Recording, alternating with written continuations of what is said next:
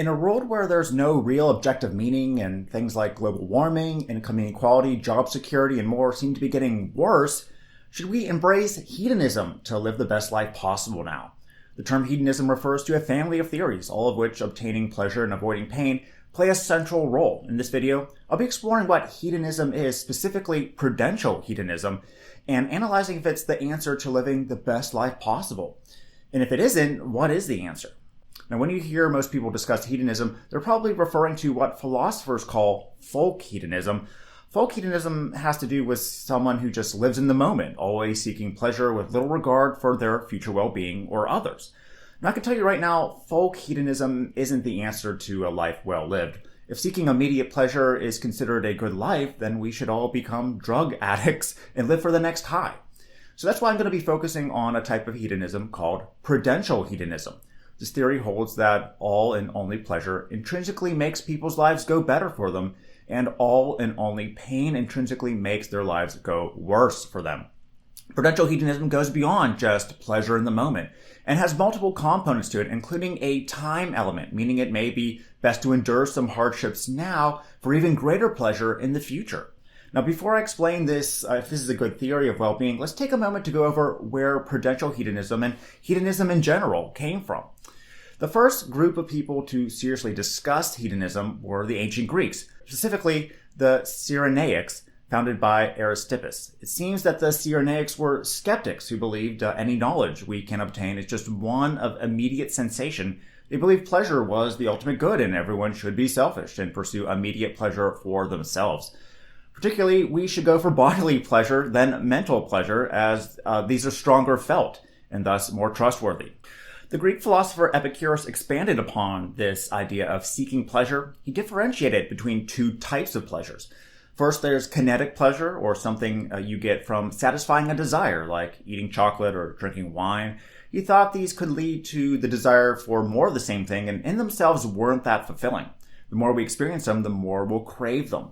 Then there's katastematic pleasure, which is similar to the satisfaction you feel when all your desires are met. This is like being at peace and feeling tranquil. Here there's no pain, no anxiety, no desire for more of what you just had, and we should strive in our lives for this type of pleasure. Now, this certainly seems like an interesting idea, but for the most part, Epicureanism and hedonism itself were unpopular. It really wasn't explored and expanded upon until the 18th and 19th centuries. And it was Jeremy Bentham that revolutionized the concept of hedonism and made it popular. He actually argued for several types of hedonism, including those now referred to as prudential hedonism and hedonistic utilitarianism. In his book, Principles of Morals and Legislation, Bentham argued that happiness was pleasure and the absence of pain and should be considered the ultimate good. Not only that, but he made hedonism a moral idea with his theory of utilitarianism. A cornerstone of utilitarianism is the principle of utility, or the idea that an action is good insofar as it promotes happiness and pleasure for moral agents.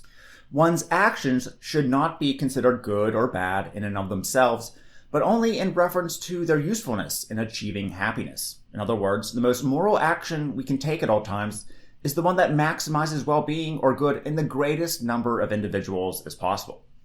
How do we know what action will produce the most pleasure, however? Well, we use the hedonic calculus, or an algorithm Bentham proposed that determines the degree or amount of pleasure a specific action is likely to cause. To be included in this calculation are several variables like certainty, duration, intensity, and more. He believed all pleasures were of equal value and that there were just only changes in duration and intensity which we could calculate. But this brought a problem, dubbed the pig problem. Critics argued that if this is how we calculate well-being, then the life of a well-kept pig would be better than that of an average human. So should we all act like fools and not pursue things like education, literature, or jobs? That's where John Stuart Mill, Bentham's student, came in.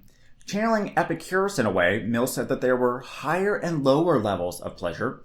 There are some activities we'll end up getting more pleasure from as humans than a pig could ever achieve. For example, we could enjoy a well-cooked meal, a good conversation, on top of all the things a pig could derive pleasure from, like eating food. The pig problem was solved. Mill's form of hedonism could be said to be qualitative hedonism, as it focuses on the quality of pleasure. In contrast, Bentham's could be said to be quantitative hedonism, as it focuses on the intensity. So is prudential qualitative hedonism the best way to live one's life? Should we aim to experience as much pleasure as we can? Well, there's some criticisms of it, the main one being that pleasure is not the only thing that contributes to our well-being. Perhaps this argument was best put forth by Harvard philosopher Robert Nozick's experience machine thought experiment. Nozick asks us if there was a machine called the experience machine, something that you could plug your brain into that would simulate the happiest reality possible for you, and you wouldn't remember that you plugged into it, would you plug into the machine? Think of like the Matrix, where we're all entirely disconnected from reality.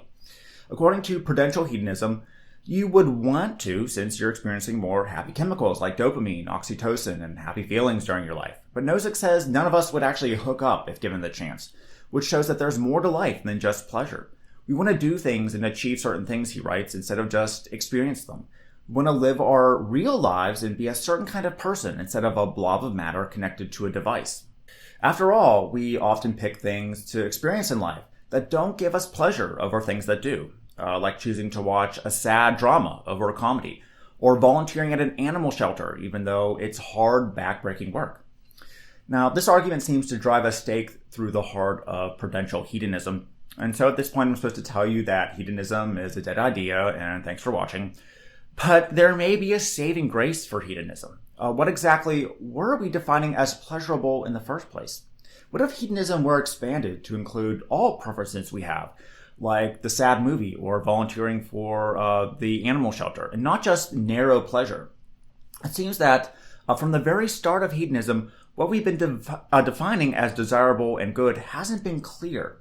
Now, this has ushered in another twist in the hedonism tale, a new school of thought called preference hedonism, put forth by the philosopher Derek Parfit. Preference hedonism deserves its own video, so I'll cover that and skeptically examine if this is the best answer to a life well lived. Now, if you like this video, again, please consider giving it a thumbs up and subscribe for more videos like it using the link in the description below. And turn on the notification bell to receive updates when new videos are out. So hopefully this video was interesting, and I'll see you in another coming up.